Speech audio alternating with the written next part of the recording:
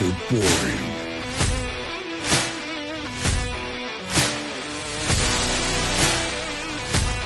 Where you can feast with the nectar of the gods.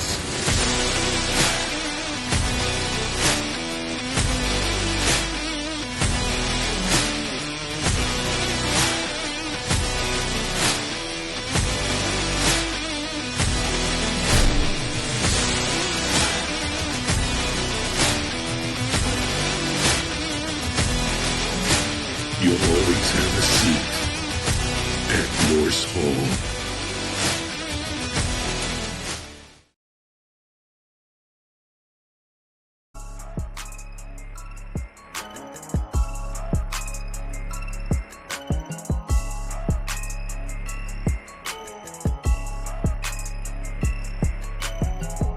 Welcome everybody to Top Dog Coverage, where you can find some of the best football analytics, some of the football news, best football people, best football teams, football players, footballs, football narrators, football... Alright, I'm done. But if you have not followed us, it is going to be at Top Dog Coverage on YouTube, on Twitter, on TikTok, on Facebook. If you haven't yet, hit that subscribe button, hit that like button, leave a comment, swipe up, leave the stars, leave some comments, let us know what you think, even if it's a bad comment, because you know what? That's what we've been getting anyway. So, apparently people like us. Good news is still bad news, and bad news is still good news. C-Dub, what's going on, baby? All publicity is good publicity, you know what I'm saying? So, yeah. I'm feeling great. Yeah. We're good today, man. How you doing? Good, man. You know how it is. You get back from the day-to-day grind, and you come back here and you get to talk some ball. We're another week closer. Yeah, it's 2 weeks away. Yeah, right? Closing in hot, right? Yeah. And I cannot wait to see another preseason game, and that's going to wrap it up for the preseason after that. So it's only a matter of time before the real season is here. We're placing our bets, and I believe we're Arch Manning days away from the season starting. Yeah. 16, yeah, maybe. And not for nothing, I want to give a little shout out because Seahawks fans have been showing some love for some time now, right? And they're just as passionate as Chargers fans, and Chargers fans they're pretty passionate as well. But sorry to say to those two East Coast teams that they have been wallowed up by another West Coast team. The Oakland Raiders have let us know that they are a very passionate fan base, and they are skyrocketing our views right now. And shout outs to them. They're leaving comments. They're hitting that like button, hitting that subscribe button. They're giving us reasons why we should talk about them. They're giving us reasons why we should debate them. Yeah, Raiders fans are they're great. They call it the black hole over there?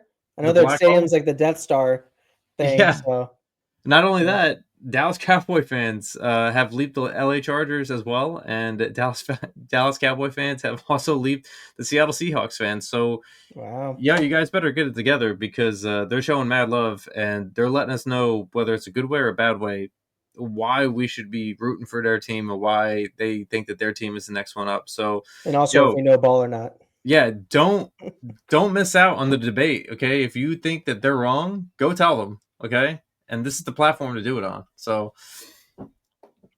but let's jump into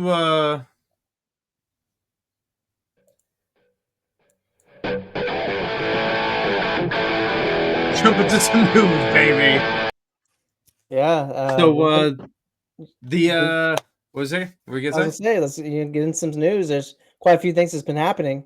Yeah, so news is brought to you by norse-hall.com and FGM Label. If you guys want some hot beats, some hot music, and maybe you're an artist, maybe you have a show such as this and need some background sounds, go to FGM Label on Instagram and go get yourself some meat and some hot sauce at norse-hall.com. Those are our sponsors bringing you the news today. So you want to start us off today, buddy? Yes, sir. Yeah, right. I'll start up in Indianapolis. Shoot. Home of the NFL Combine. So the Colts have named Daniel Jones their starting quarterback, as first reported by NFL Network's Tom Pelissero. So essentially, Shane Steichen, the head coach of the Indianapolis Colts, informed Jones and Anthony Richardson of the decision Tuesday morning, August 19th. So a call is expected in the near future, and one's finally been made.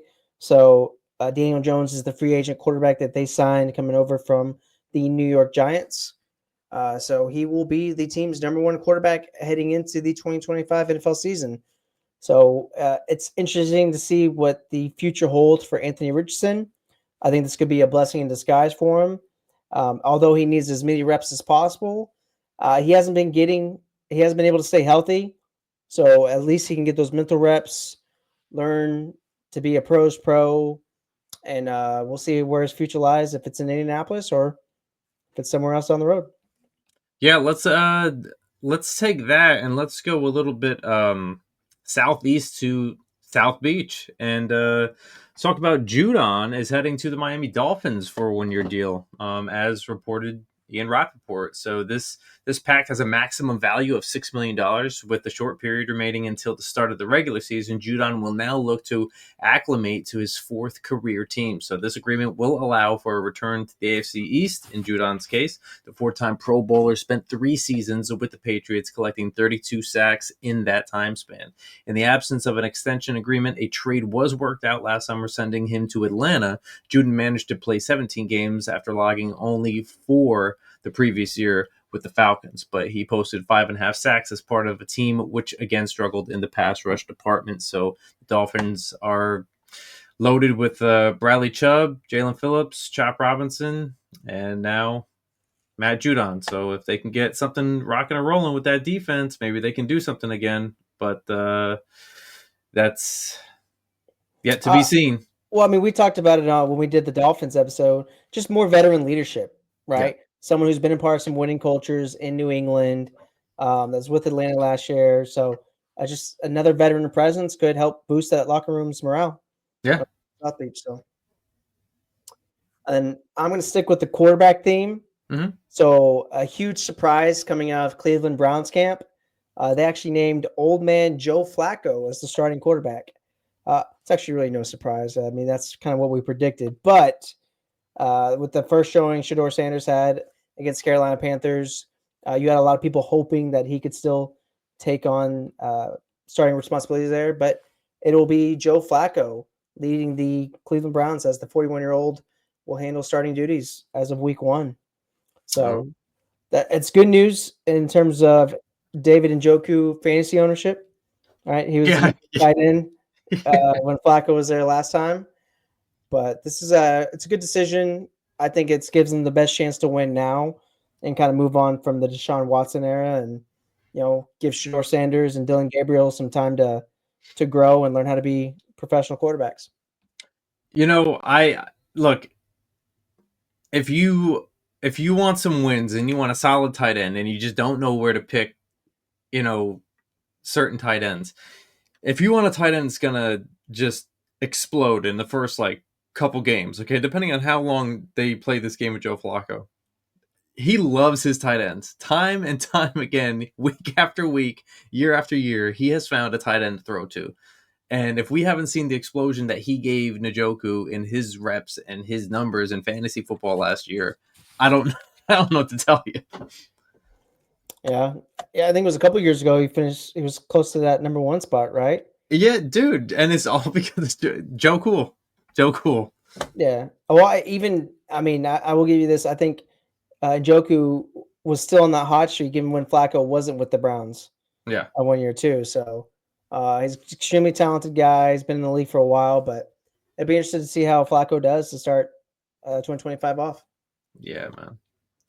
Let's go over to Cincinnati. So the last few days have brought a flurry of updates regarding Trey Hendrickson's persisting standoff with the Bengals, though there seems to be no real progress regarding the contract or the trade talks. So Hendrickson and the Bengals reached an agreement on the length and the value of an extension weeks ago, according to Tom Pelissero.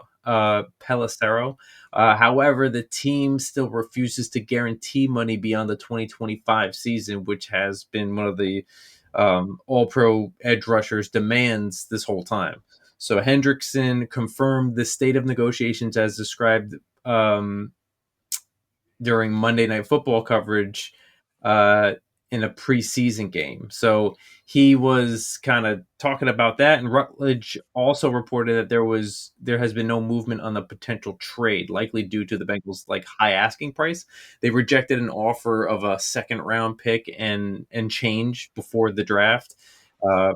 Preferring a first rounder instead. He added that price has softened or at least changed a little bit, explaining that Cincinnati is now asking for a draft pick and a young impact player to help offset the loss of Hendrickson this year. So that's what's going on in Cincinnati and the rumors. Interesting. Let's stick with that Monday night theme, that Monday night football game, but go to the other sideline. So Okay. the Washington Commanders are willing to trade their starting running back from last year, Mr. Brian Robinson.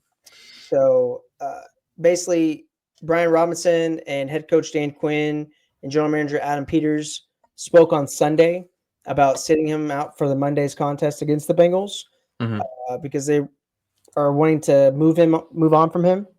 I think they get a lot of what they got in their 7th round pick. I think he likes to go by Bill, but Good old Bill. yeah. So basically, Quinn said it's just a lot of moving parts. This is via the Athletics' Nikki Javala.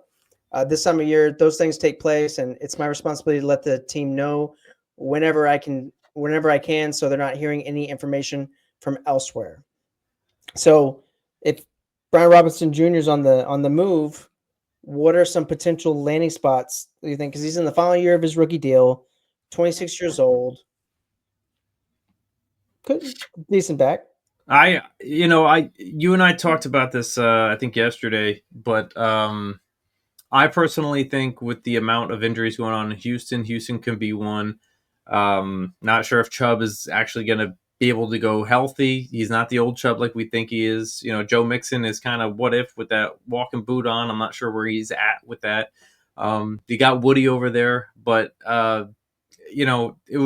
he'll get the workload over there if he goes over there, or Chicago. I mean, if you look at it, Swift was part of a Ben Johnson offense at one point, and they traded him away to Chicago. So, I mean, is it something that he does or doesn't like with Swift, or is it Roshan's turn? Is it, do they have a three-headed monster if he goes over there? But like you said, that is a little crowded. But honestly, I think the best fit for him, even though that it's crowded, I think he's an upgrade if he was to go to the Cowboys over Javonte and over Miles Sanders. In my opinion, I think he would be yeah. But it's too crowded. And just for the DeAndre Swift fans out there, he was traded to the Eagles as a free agent and then signed a free agent deal with the Bears. Yeah, I made that mistake. I don't want them to come for you. Yeah, but I was talking. I You're get good. it. I get it. I got you. But yeah, we talked about the Cowboys the other day. I would much rather see those young running backs take the reins rather than bring in another guy that's probably not going to be too much into your future. I mean, you got your Thunder and Lightning just waiting behind those veterans, right? So I get the fit, but it's also interdivision. So do you really want to make the Cowboys better? I mean, no, but at the same time, the Commanders already did trade Dotson to the Eagles. Yeah, but I mean, I don't know. It didn't really make a difference with the Eagles, right? Yeah, I mean, it's more possible now for those weird inter-trade deals and stuff like that. But I mean, you don't want to make them better. I like, this is what I would say. If it's not going to happen, but if he was to go to the Dallas Cowboys, right? I again, it's not going to happen. Get rid of Miles Sanders, get rid of Javonte Williams, and have your three. Okay, have Brian Robinson, Jadon Blue, and Phil Maffa. Okay, like that. I think that would be a great running back room. That's just my opinion. Instead of like the one guy who got paid, Miles Sanders, and all of a sudden he fell off the face of the earth when he got his paycheck, and then the guy who, look, he got hurt, and we've been waiting for him to come back, and it just hasn't been the same, unfortunately. You know what I mean? I've been waiting to see it. I really do, because he was hell of a running back with North Carolina, right? And it's just like, it pains you to see it because you saw what he was capable of. It just hasn't happened, Well, the way the NFL is, there's only two possible outcomes I see of this. So he'll probably get traded to the Broncos, and all the RJ Harvey truthers out there are gonna just start crying, weeping immediately. or he's gonna get traded like to Minnesota because they want to have a 3-headed monster running back just to take some pressure For a off Jalen passing Hurts. game. Yeah, for a passing game. So Uh we'll see. hey, We'll see how it goes. what's to say Brian Robinson doesn't go to the Miami Dolphins? I mean, everybody's getting hurt over there. Like every running back has gotten hurt over there every year. Yeah, I mean they got the rookie. Ollie Gordon. Yeah, Ollie Gordon, and they have Jalen Wright. They've been Yeah, they fairly do. healthy this thing. But I mean, yeah, you get him to the mix. But watch, he's not going to be getting traded at all. He might not. He'll probably just get cut. Yeah. So Just buzz rumor. Just all buzz. right, yeah. But Well, sticking with the Commanders, actually, George Fant met with the Commanders last week, and a deal has emerged shortly thereafter. The veteran tackle has agreed to terms with Washington, and Fant was limited to just 2 games last season upon returning to the Seahawks. He had won the right tackle gig in 2024, but a depth spot will be in store this time around. The 33-year-old nevertheless has 75 starts to his name, so he will offer experience at either tackle spot if needed or guard. He's played actually both. Upgrading along the offensive line was a priority for the Commanders this offseason, and the team's most notable move in that respect was the trade for left tackle Laramie Tunsil. The 5-time Pro Bowler will handle blindsided duties. This for his third career team, and shifting to guard would be Brandon Coleman. Tunsil has 2 years remaining on his pact, although none of his scheduled 21 million salary for the 2026 is guaranteed. So they do have some depth here with George Fant being traded. I do like Fant in this. This is really solidifying, keeping your brand new toy healthy that you just drafted last year in Jaden Daniels. yeah, I think also it might kind of raise some flags about Sam Cosmi's health. I don't know if he's going to be fully ready to go for week 1, so he gives another veteran option to have back there for depth. So I like the move. It's good. Got to protect Jaden. So indeed. C-Dub. It's that time, baby.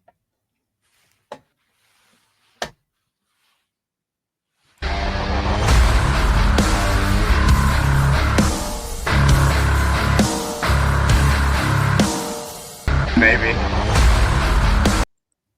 All right. The Wheel of Destiny never fails us, okay? yeah, Never, Yes. ever fails us, my friend, okay? keeps it interesting. All right.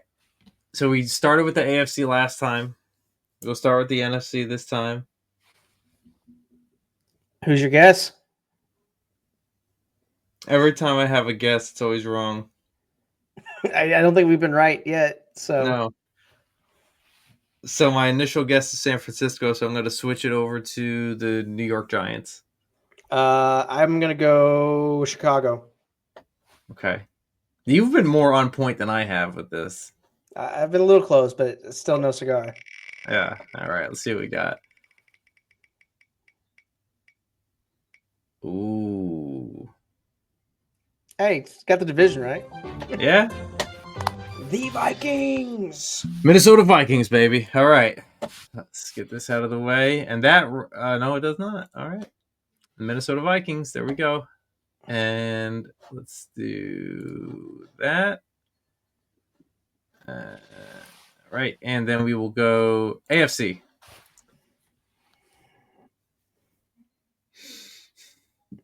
Didn't you say Titans last time? I think so. I'm going Broncos. Okay. I'm going to go. I'm gonna go Colts. Colts. All right. Yeah, Indianapolis action. See where it is. Oh no way! I got one. I got one. Yes. What a combo! Those are my Brian Robinson destinations too. Yeah, they were. I put it All in the right. universe, I guess. Cool. So you want to start with Minnesota, or you want to start with Denver? Let's start with Minnesota. These are going to be some fun. These are going to be some fun ones. I do like both of these teams and the direction that they're going last year and this year. So, yeah, let's start with the Minnesota Vikings. Let me bring up a little something for you. Sorry, I got you. You can still hear me. Yeah, I'm with you. All right. Cancel. Okay. And boom. There we go. Okay. Cool. I mean, where do you really want to start? I think let's start with. I mean, for me, Mm-hmm. I think it starts at the quarterback position. Starts on offense. All right, you have second year quarterback JJ McCarthy taking over the starting role. You spent Yeah. first round pick on him last year. I think what 10th overall, Yeah. and he ended up getting hurt and missing all of his rookie season. So that's missed a lot of valuable reps. But I mean, he won a lot of games in Michigan, won a national championship, and you got a great coaching staff, great receiving core around him. Mm-hmm. But one of those guys is gonna be missing what I think we said the first 4 games. Jordan Addison with suspension. Yeah. Yep. Jordan Addison is going to be missing some time. What was that for again? A DUI from a couple Mm. years ago or a year ago.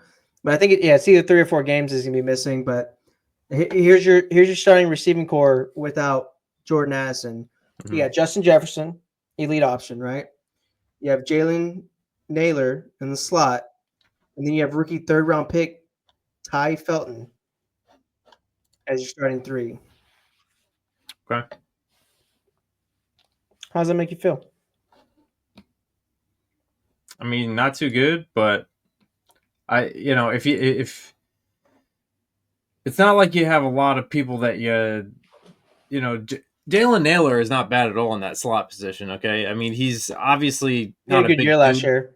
huh? He broke out a little bit last year. Yeah, I mean Good year. he's not the biggest guy, but that's he can make some moves at 5'11", 190. So, but I will say that it Tay Felton, it's I just he's kind of around the same height. Give him another like inch or two, but they're kind of around the same thing. Get drafted out of Maryland, and you kind of want some bigger bodies in there if we're going to be real, especially since it's going to be a passing bit, which it usually is with the Vikings. Okay. And I mean, they will run the ball when they need to run the ball. They got Mason over there, but the wide receiver room kind of scares me without Addison there. I think they could use a little bit more help knowing that he's going to be out a few weeks. Do you think Ty Felton kind of has a similar body type to a former Maryland receiver that they took? One from the name of Stephon Diggs. Possibly. They're It's similar body types. Yeah. Kind of route technicians. I'm just saying, Matt might have shades of some Diggs over there. Yeah, maybe he can take a hold of the reins. I'll be honest with you, but I mean, the one thing that's going to allow these things to happen, right? I'll be real with you, is this offensive line. Mm-hmm. Okay, I like this offensive line. You got two really good. You got your center and your guard, Ryan Kelly and Will Fries from Indianapolis. I think those are 2 really good signings. And then you drafted your left guard, Donovan Jackson. And Yeah, you still got you saw they really wanted to focus on the center, like the interior offensive line. Yeah. With obviously a high draft pick and then signing 2 big time free agents coming up from Indianapolis. I think that line is going to give them and this is going to sound crazy, but nothing that the Vikings did was below the 11th in the NFL last year. They were top 11 in everything. In offensive categories or what? Everything. Oh, and defense too? Yeah. They were what was it? Let's see if I can find it. Overall, they were tied for 10th, 11th in offense, and 10th in defense. Or tied for 10th, and 8th in the special. I mean, I understand PFF can, kind of wiggle its way with some numbers and stuff. I get that. But regardless, if that's just kind of an outlier or an overlay, you know what I mean, of what we're looking at, that's pretty damn good. And you're going to tell me you upgraded your offensive line? I think, and dude, you know, you know me and JJ McCarthy this year. You know, Yeah. I'm sold on him. You know, I'm sold on him. Yeah, Okay, so yeah, I think that's a running bit for us. I'm not pro bro, McCarthy. I already I got the need to purple see it. people eaters on. Okay, Yeah, like we're. yeah. I just need to And see I it. think it's hilarious that I'm wearing this right now. Yeah, it's just it makes sense, right? But yeah, I'm not sold on him. Like I thought he was a decent prospect coming out. I think he's got all the intangibles, but I gotta see it. These preseason games, cool. We get a couple drives. Sorry, it's not enough for me. I gotta see it in real live. I got to see it in a full regular season game. I got to Yeah, see it with an actual defense coordinator preparing against him, right? Throwing different exotic blitzes at him, yeah. running different coverages. So, that doesn't scare me away from taking Justin Jefferson in fantasy, but it does raise a little awareness. Like, hey, maybe can I get a discount a little bit later in the first? Because I do have to rely. Because look, if JJ McCarthy ends up not being healthy or gets hurt again or anything like that, you have Sam Howell backing him up. Dude, I'm gonna tell you, there's QB whisperers over there. Okay, I don't care. I don't care who's in line next. No. Okay, put Brett Ripon next to. Okay, he's gonna be Don't slinging. get crazy. Don't get He's crazy. gonna. I'm telling you, they have something special over there. They know what they're doing. They know how to get these quarterbacks to look good. Now, let me ask you this: if I told you the beginning of last year, hey, I'm all in on Sam Darnold before the season started, what would you have said to me? That's a tough bet. It's a tough, I don't know if I tough want to be. bet. But I mean, you're also talking to the guy that picked up Sam Darnold before the season started when JJ McCarthy went down. No. Point taken. Point taken. Right? He was the backup. Yep. And how many games they win? 14. Was it? Yeah, 12 to 14, something like that. Yeah. He looked phenomenal last year. I will. The talent difference between Sam Howell and Sam Darnold is pretty No. high. I'm not saying the difference between Sam. I'm saying between JJ McCarthy and Sam Darnold. Yeah, Okay. you expect him to be better, but I mean, Sam Darnold was drafted higher. It's just your New York Jets ruined him, and he had to ruin get everybody. fixed. He had Dude, to they get can fixed. ruin me if I go in there, and I'm not even a quarterback. Okay. You know, I'm not saying I'm out on JJ McCarthy. I just for me personally, I would like to see it before I'm all in on he's the MVP, he's the next Brady, whatever you want to. Yeah. Oh, no. Yeah, I'm not going that far. You know. I'm just saying that I believe that he's in the right position to succeed. If they can do it to Sam Darnold, who went from I think 3 or 4 different teams already, because including getting all those bad habits. You know what I mean? Not being able to get rid of the ball quicker. You know what I mean? Seeing ghosts and all this other stuff. And he goes into this team as a backup. Dude goes down, comes in and wins 14 games. Something's going right over there. They're doing something I mean, right. after he left the Jets and Panthers, I mean, he would spend a year in San Francisco with Shanahan and them, and then he gets signed by Minnesota. I mean, that's a pretty good coaching core between those two right there. Yeah, absolutely. I do want to give a little bit of love to one of their undrafted free agents they signed, quarterback Max Brosmer from Minnesota. He was a rookie in this year's class. He's a pretty good quarterback. He probably won't make the 53-man roster. Yeah. But they'll probably try to sneak him on the practice squad. But dude's got some potential. He can play. I think he might have a future as like a maybe max second string guy, but he can play. So just be on the lookout. Remember the name Max Brosmer. Max Brosman. Brosmer. Sorry, got it. Okay. I will say this too, and he's a hometown guy. Minnesota. So I will say this too. If you are looking at fantasy, look, JJ McCarthy was a tight end guy. I would pick up Hawkinson if you want to take a flyer on somebody, or you need a good connection with a QB. And this is the year after he got hurt, right? Yeah, he's gonna look to get rid of it quick. I'm gonna guess. You know what I mean, or wait for things to open up. Yeah, I mean, just we can move on to the defense after this if you want, but yeah. I just don't love the depth at receiver. There's a couple guys like Silas Bolden. He's a great return man, really fast guy from Texas. He's a undrafted free agent. You got Lucky Jackson, who's an undrafted free agent in the 2023 class. Tim Jones came over from Jacksonville. Jashawn Jones, Miles Price. Like some of these guys, I don't really know too much about, but that's kind of scares me. You're really heavily relying on your top 3-4 receivers. Yeah. Right. So that they could be also a team that maybe poaches some practice squads, or once they finalize the 53-man roster, there's always some of that movement. That might be one that try to ship to find a receiver or find a veteran guy or something like that. Yeah. I agree with you. And you know what? Look, I think it's good that they have Aaron Jones Sr., Aaron Jones, Jordan Mason, and look, that's a great trade. Great trade. Yeah, it really was. And don't exclude Ty Chandler, okay? Because if they can't get this wide receiver game to where they want it to go, you have 3 pretty solidified running backs. I'm not saying Ty Chandler is a game changer, but he's more than enough depth in that 3rd spot. So. Yeah, no, absolutely. Yeah, because I mean, Jordan Mason's a guy that I try to look for towards the end or later drafts in fantasy, just because Aaron Jones Sr. I mean, he's kind of had a tough time staying healthy. I'm not sure how many games he played last year, but I know with Green Bay, he always missed some time. And Jordan Mason showed what he could do, taking over CMC last year. Yeah. So I think he's a great option over there. You want to move? You said you want to move on to the defensive side. I want to mention a few things with this.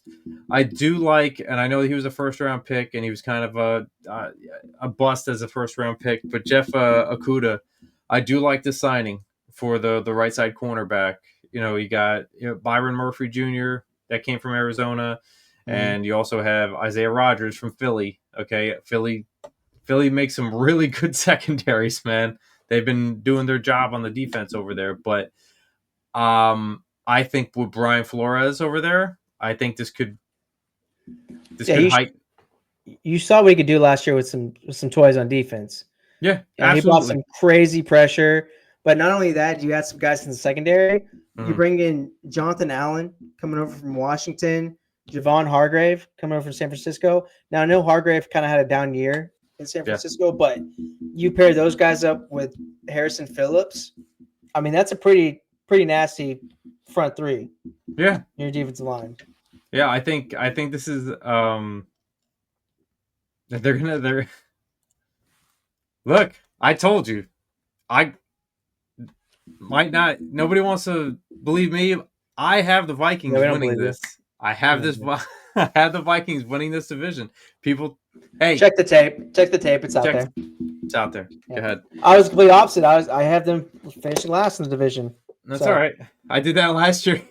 Yeah. I'm gonna be this year's Brian. It's all right. But yeah, there's not too many training camp battles to really speak of. Honestly, maybe you have a battle with Jeff Okudah and their 3rd-round pick in 2023, Mekhi Blackman. Maybe Isaiah Rodgers and undrafted free agent Dwight McLaughlin from, I believe he's out of Arkansas, from last year's class. So one guy I really like a lot is Joshua Metellus. I mean, their strong safety. Yeah. He's kind of like the Swiss Army knife of their defense. He can play linebacker, nickel, deep safety. He's kind of all over the place. He's a great chess piece for Brian Flores to utilize. And you got old man Harrison Smith, the 1st-round pick from 2012, still out there just doing his thing. So, yeah, just running around like it ain't nothing. He might not be great in coverage anymore, but he could still play. He's lost a step or two, but he's still IQ. Oh yeah, absolutely. Yeah. He can put the guys in the right spot. But a couple other guys I want to highlight as the 1st-round pick that they moved up for in last year's class, Dallas Turner, playing behind Andrew Van Ginkel. I wonder how long until he kind of takes over one of those spots, right? Because you have Jonathan Grenard, who they signed over from Houston in last year's free agency. You got Van Ginkel coming over from Miami as the starting kind of edge rushers. But Dallas Turner's going to get some healthy reps, be part of that rotation. I mean, he was a stud at Alabama, and everybody was shocked as he was falling through the draft. And then Minnesota basically mortgaged this year's class to go up and get him. Obviously, him and McCarthy, because they moved up for both players. But I think they're going to have some packages for these, Yeah.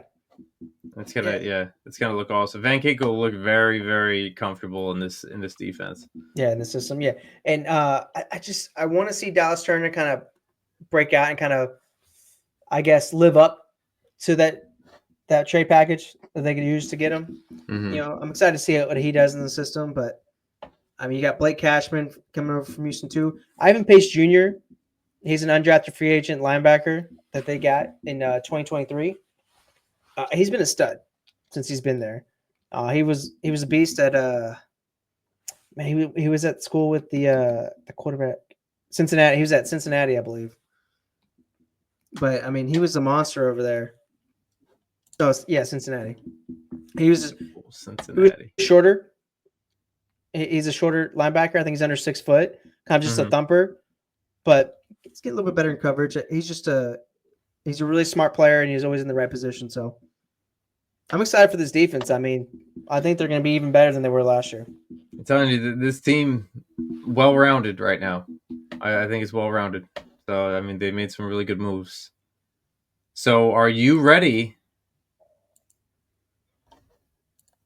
to do some rapid fire predictions, baby? Oh man. Yeah.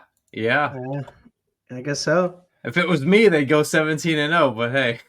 Yeah, well, I guess so. Maybe they'll go 0-17. We'll find out. Yeah. All right. Let's start this. All right, you're on, sir.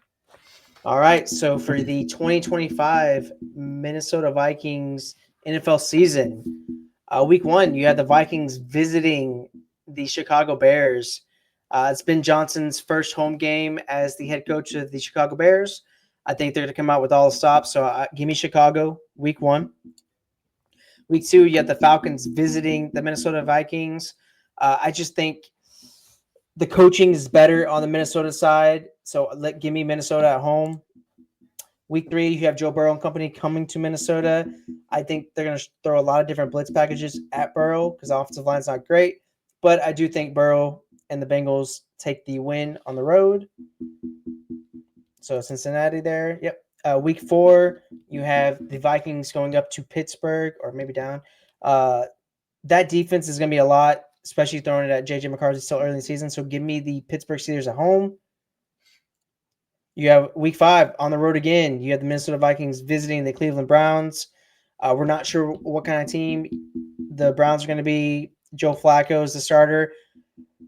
Give me the Vikings. I think that, again, the better coaching, better team. Early bye week in week 6. Then you have the Philadelphia Eagles visiting the Minnesota Vikings. I think the Super Bowl champs are going to be too much for the Vikings. Give me the Eagles on the road. Week 8, you have the Vikings visiting the Los Angeles Chargers. Again, I just think it's going to be a little bit tougher defense for McCarthy to go against. So give me the Chargers at home. Week 9, you have the Vikings visiting the Lions. I think these division games are always going to be kind of wonky. So I think they're going to end up splitting the series. So go and give me the Lions at home. Week 10, you have the Ravens visiting the Vikings. I think it's going to be one of those weird fluky games where just maybe there's some untimely turnovers and whatnot. So give me the Vikings at home. I think they're going to upset Lamar Jackson, the team. Then week 11, you have the Chicago Bears visiting the Minnesota Vikings. Going to give me the Vikings at home. I think they'll have a package to kind of beat up on the Bears there. Week 12, you have the Vikings visiting the Green Bay Packers. I do think the Packers are the favorite to win that division. So going to give me the Packers at home.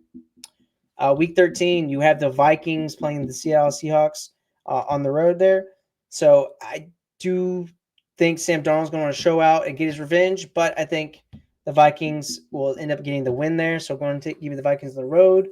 Week 14, you have Jaden Daniels on the road visiting the Minnesota Vikings, J.J. McCarthy and company.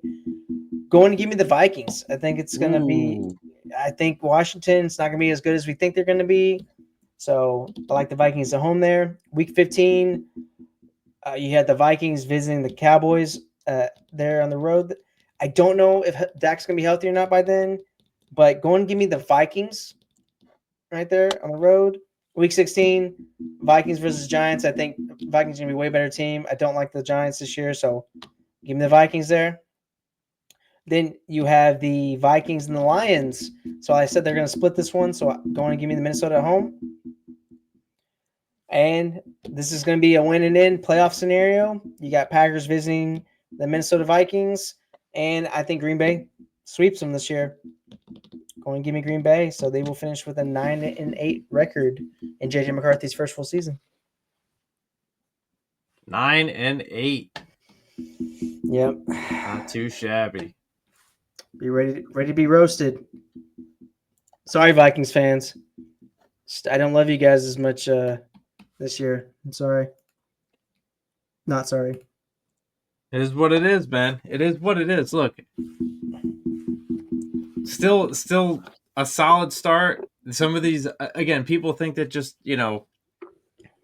no way they'll lose to this team, that team, and everybody goes by history. Do you know how many times they've beaten them in the stadium? It's 2025, people. Yeah, none of that matters anymore. Nope. Look, and I will say this to the death of me. When the Bengals made the Super Bowl, okay, the New York Jets beat them that year. So if that can happen, anything can happen. All right? Yeah, the Jets haven't beaten anybody. No, they don't beat anybody. That's how you know the fluke can happen. Okay? Yeah. By the way, nobody can hurt my feelings online with the Jets. Okay, I am very well aware. Yeah. Hey, look, we're Saints and Jets fans. We came through the mud, man. Like we're built different. Yeah.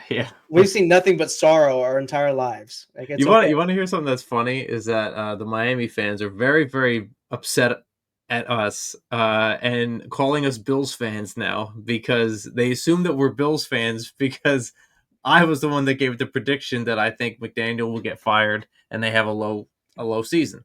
Yeah. So, but that's just look. If the locker room stays good and that defense works out good, I can see them winning whatever games. But every time they're projected high, they never do it. Hey, how many more wins do you think they get if Tyreek Hill is shipped out? Shipped out? Yep. You mean how many wins do they not get, or you mean how many losses they get? No, I think how many. Like, does your win total go up if Tyreek Hill is moved? No. Well, because you're talking about the locker room and how he's been a big part of the cancer part. Yeah. So I didn't know if that was going to move the needle. So you'd rather keep him on the Dolphins? I wouldn't say I'd rather keep him there, but you can obviously see that he's the number one wide receiver over there. He's the alpha, and they do run things kind of, I don't want to say through him. It's obviously through the run game, but on the second end, like he is the speedster, the alpha that can do basically everything, and nobody can, compare to his speed. It's very hard. So if you lose somebody like that, I don't see that offense upgrading at all. Obviously that's a big hit. You don't think Waddle can be the guy? Not like that. I'm not saying he's not good. I just don't think he's not like that. Not like Tyreek Hill. I got us off the rails. I apologize. No, you're good.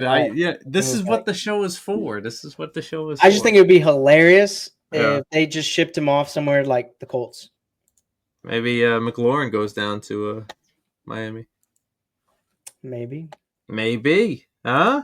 Never know. Season's coming up. They may make a decision quick. They should. All right, let's. Denver Broncos, baby. The Denver Broncos, huh? Another team that a handful of training camp battles. Not too many. Nothing crazy.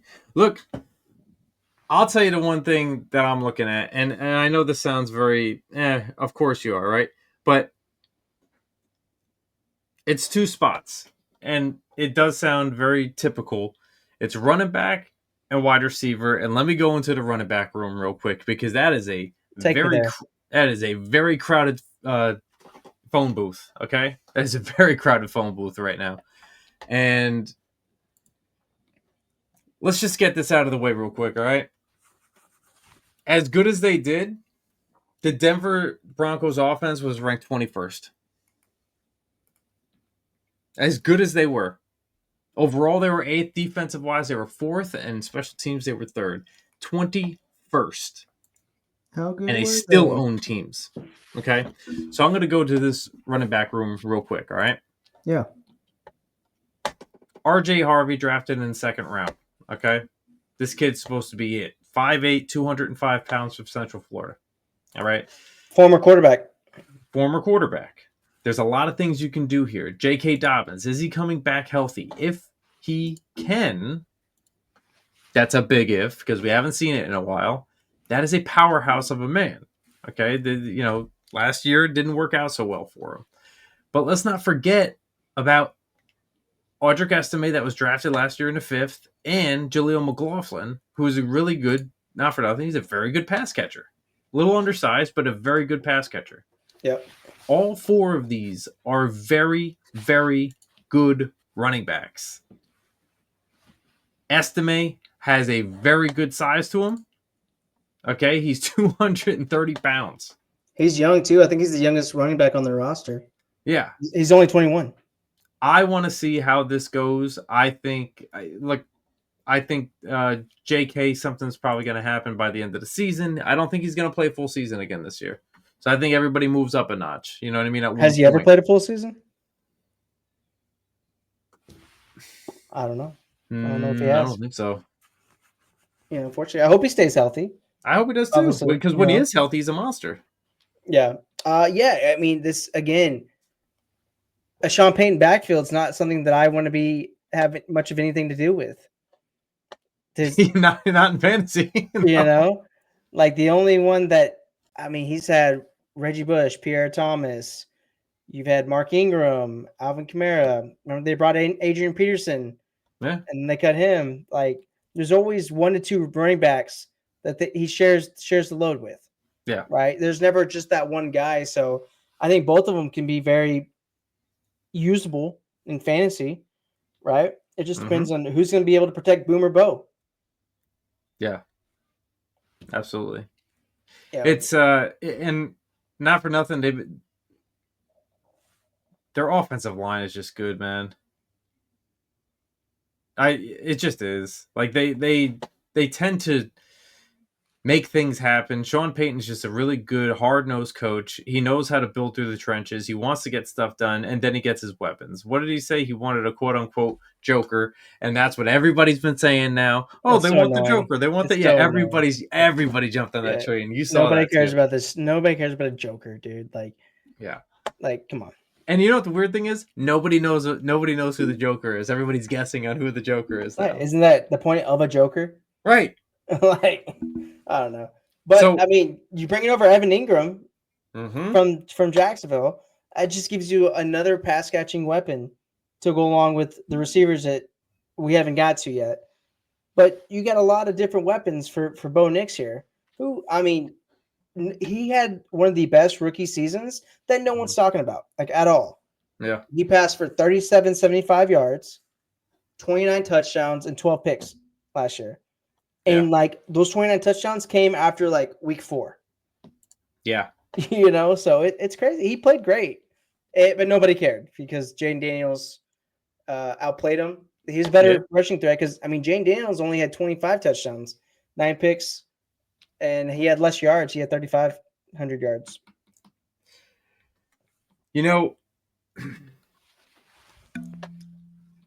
What's up? He's gonna stay, under the radar, and that's fine, right? Evan Ingram is gonna be catching passes from this guy.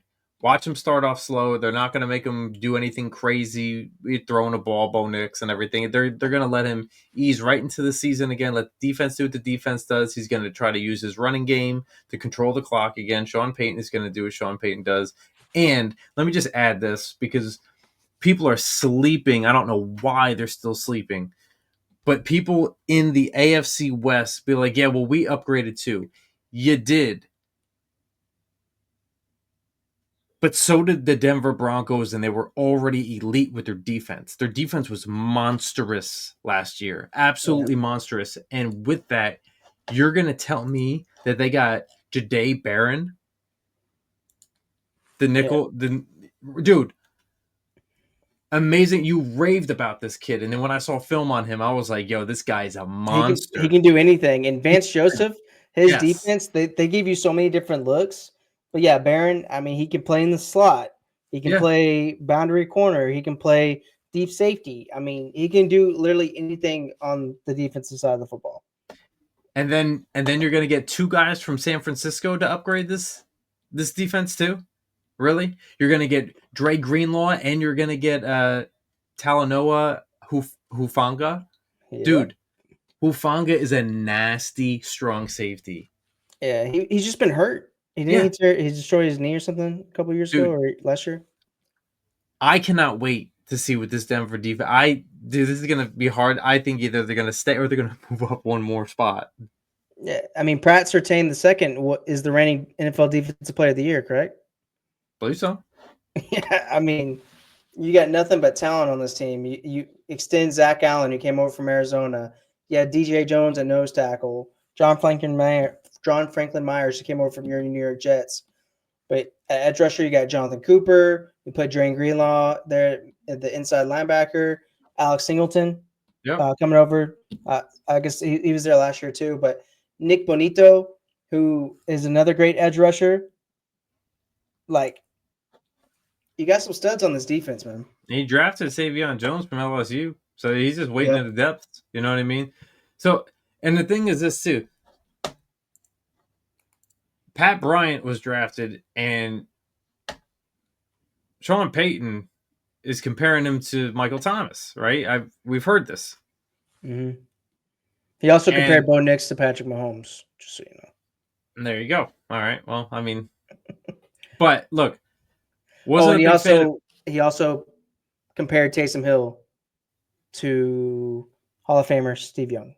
So be wary of be wary of Sean Payton's comparisons here. No, that's all right. Look, I wasn't a big fan, and I'm still not a big fan of Troy Franklin. All right, the guy catches like a seal, which means he doesn't catch anything. Marvin Mims, though, if we have been paying attention to the preseason, okay, now we look, you know this, we look beyond the things of like the catches and all this other stuff. But when he went out there for 16 of the 19 plays that they did, and as soon as Bo Nix sat down, so did Marvin Mims. I think he's going to have a bigger spot in this offense this year. Okay, they did trade up for him. We're waiting to see what happens. And Pat Bryant is behind Sutton on the depth chart, but you never know what they're going to do. You know what I mean? Can he make something happen? Can he put him in a slot? At 6'2", 204, that would be a big guy in the slot. But I mean, you do have Devon Vile over there, so it's So you already have a 6'4" guy over there in the slot. Yeah, so Marvin Mims came on really strong at the end of last season, right? And he's actually from Frisco, Texas. Mm-hmm. And shout out to the Ringer, because I was listening to those guys the other day, and they reminded me that Marvin Mims has the most catches in Texas high school football history. Does he? Yeah. So I mean, this kid he can flat out play. He's still young. He's 23 years old. So I think they just have he's a guy to kind of be on the breakout this year. I mean, I would love to have him in all my leagues, but he's a guy that can really step up. And then you have Cortland Sutton, the former SMU receiver, who's just been the guy there for years now. Yeah. I mean, they got a contract extension done with him too, so I don't know. You got a lot of weapons for Boomer Bo over there. Yeah. All right, man. It's that time. Can we before we go to the schedule predictions? Can we talk about their 6th round pick? Excuse me. Their punter Jeremy Crawshaw from Florida. Sure. Can we talk about the mustache that he should probably shave off? You can show the picture here in just a second, but this punter from Florida is an absolute stud. Like, I got to go to the Senior Bowl this past February. Dude was booming these punts.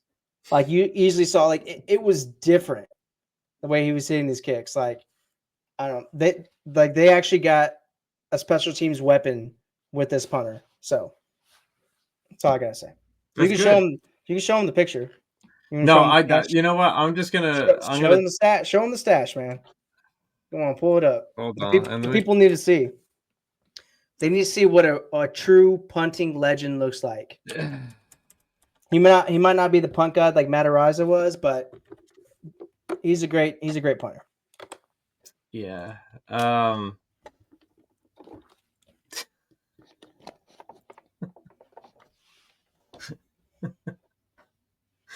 right. I'm gonna.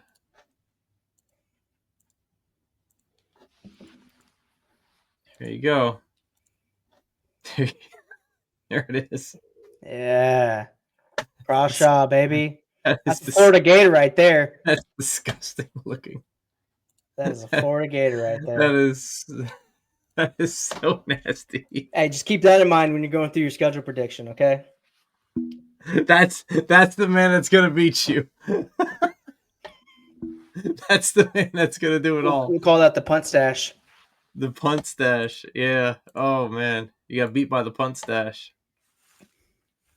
Oh, okay. All right, man. You feeling it? You ready for this? Yeah, I'm ready to. I'm ready to. 17-0, baby. I'm gonna tell you right now, we're ready to disappoint some people. All right, and that's what's gonna happen. Sorry, Chargers fans. Yep. Here we go. Week 1, Tennessee is coming to Denver. I don't think Cam Ward is ready for it, and I believe that the Denver is going to win at home. So we're going to take win number 1 for Week 1.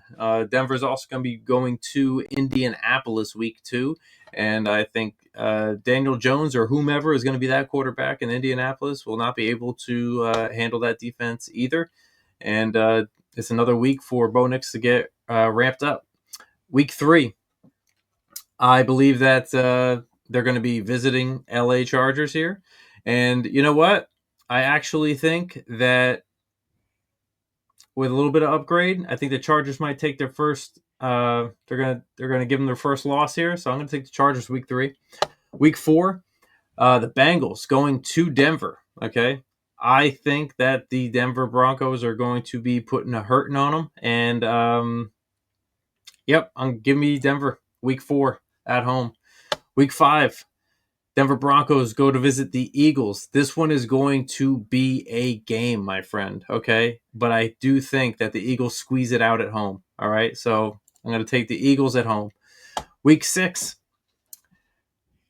Jets hosting the Broncos. Look, I don't think Justin Fields is ready for this. He couldn't even handle the Giants preseason. So give me the Broncos in New York. Week 7, Broncos did not have enough of New York teams, so they hosted the Giants to come back week 7.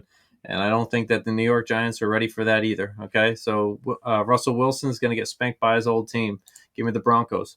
Week 8, the Cowboys going to Denver Broncos. Depending whether or not Dak Prescott is healthy or not healthy, Bo Nix is going to be slinging and dinging. All right, so I think give me the Denver Broncos at home against the Cowboys.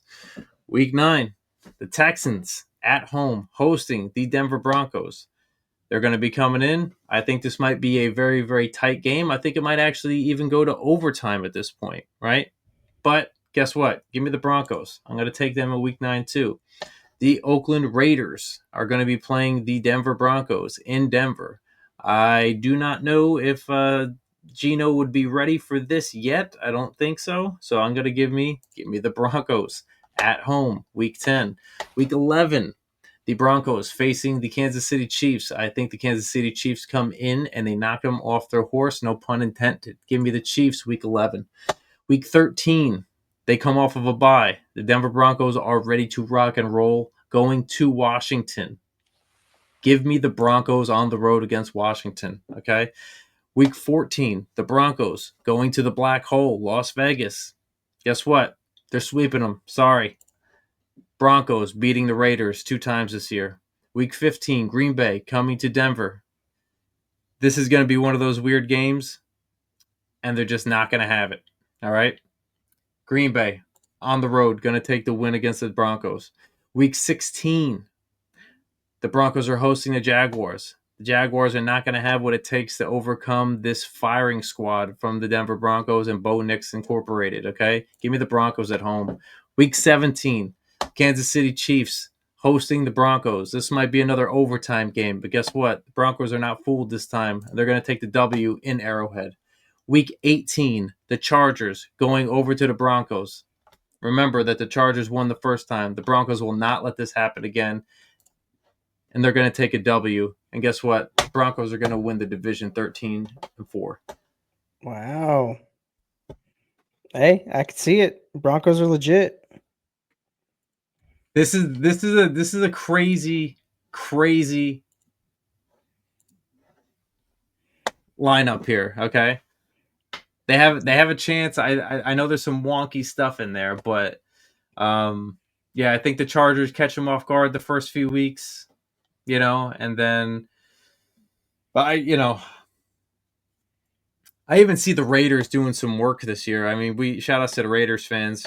I do see the Raiders doing some work this year, but against the Broncos with that team and everything, I just see them taking both games. You must really love the Broncos. And the Vikings. Is that the highest win total? Is it them or the Cincinnati that you have so far?